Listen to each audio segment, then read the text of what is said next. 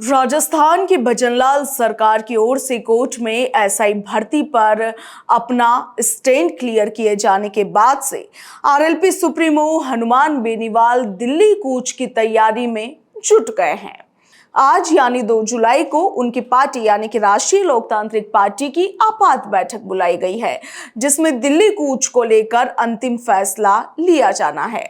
हनुमान बेनीवाल ने कहा है कि राजस्थान सरकार युवाओं को बाहर निकलने नहीं देगी और दिल्ली में सरकार एंट्री करने नहीं देगी। एसआई भर्ती रद्द करने और आरपीएससी पुनर्गठन के मामले पर 26 मई से जयपुर स्थित शहीद स्मारक पर धरने पर बैठे हैं। जानकारों की माने तो विधानसभा में सभी सीटें खोने के बाद हनुमान बेनीवाल ने आंदोलन का रास्ता पकड़ लिया है, मगर उनकी अगली अग्नि परीक्षा आगामी पंचायत चुनावों में होगी। राजस्थान की 33 जिला परिषद, तकरीबन 350 पंचायत समितियां और 11,000 से भी ज्यादा ग्राम पंचायतों पर चुनाव का इंतजार हर किसी पार्टी को है। हालांकि वन स्टेट वन इलेक्शन को लागू करने के चलते देर भी हुई है, मगर राजनीतिक दल अपनी तैयारियों में जुटे हुए हैं और ऐसे में हनुमान बेनीवाल के लिए खुद की पार्टी को प्रासंगिक रखने के लिए पंचायत चुनाव काफी अहम होगा। दरअसल वल्लभनगर विधायक उदयलाल डांगी हो, खिमसर विधायक रेवंत राम डांगा हो या फिर बाड़मेर सांसद उम्मेदाराम बेनीवाल हो, ये लोग हनुमान बेनीवाल के पुराने साझेदार रहे हैं। मगर अपने करीबियों को खोने के बाद हनुमान बेनीवाल को बड़ा झटका साल 2023 के विधानसभा चुनावों में लगा, जब पार्टी का खाता ही नहीं खुला। वहीं साल 2024 के लोकसभा चुनाव में पूरी ताकत झोंक देने के बाद भी हनुमान बेनीवाल सिर्फ नागौर सीट पर ही कब्जा कर पाए, मगर उपचुनाव में उनकी पत्नी की हार के बाद विधानसभा में पार्टी की उम्मीद पूरी तरह से टूट गई और अब एसआई भर्ती के मुद्दे पर रैली और आंदोलन के सहारे जिलेवार प्रभारी नियुक्त करने में भी जुटे हैं।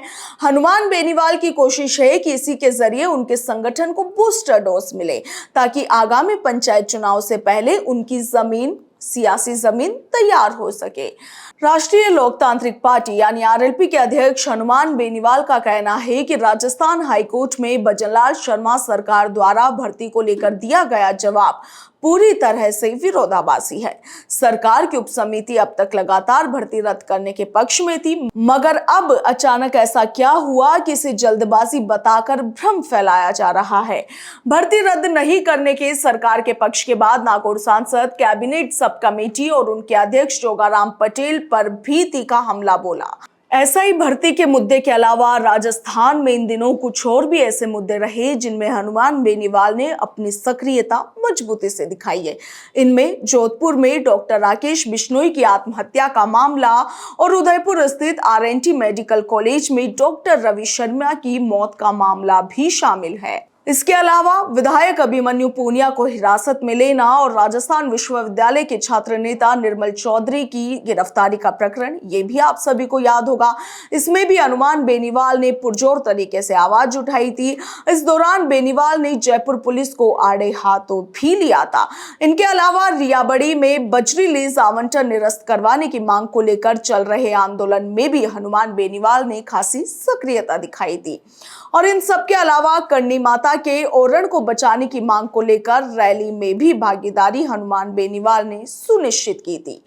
सियासी एक्सपर्ट्स का कहना है कि हनुमान बेनीवाल अब राजस्थान में इस तरीके से आंदोलन कर कई मुद्दों में अपनी भागीदारी सुनिश्चित कर अपनी सियासी जमीन को मजबूत करने की कोशिशों में जुटे हुए हैं।